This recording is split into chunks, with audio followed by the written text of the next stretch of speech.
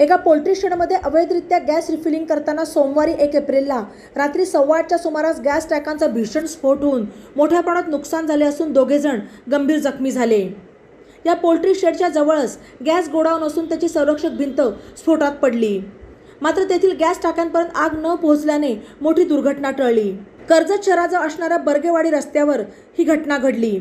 या स्फोट प्रकरणी पोलीस कॉन्स्टेबल अमित बर्डे यांनी दिलेल्या फिर्यादीवरून अवैध गॅस रिफिलिंग करणारे सचिन उत्तम लोंढे राहणार बर्गेवाडी तालुका कर्जत आणि वैभव निकत राहणार आंबी जळगाव तालुका कर्जत या दोघांवर गुन्हा दाखल करण्यात आला।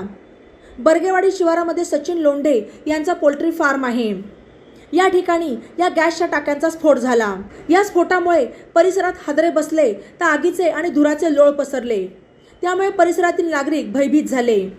या घटनेत आरोपी असलेले दोघे गंभीर जखमी झालेले असून त्यांच्यावर नगरमधील खासगी रुग्णालयात उपचार सुरू आहेत। या आरोपींनी कुटुंबातील सदस्य तसेच परिसरातील नागरिकांच्या जीवितास धोका निर्माण करणारी कृती केली, त्यामुळे या प्रकरणी या दोघांविरुद्ध भारतीय दंडविधान कलम 436, 286, 337, 338, 34 प्रमाणे गुन्हा दाखल करण्यात आला।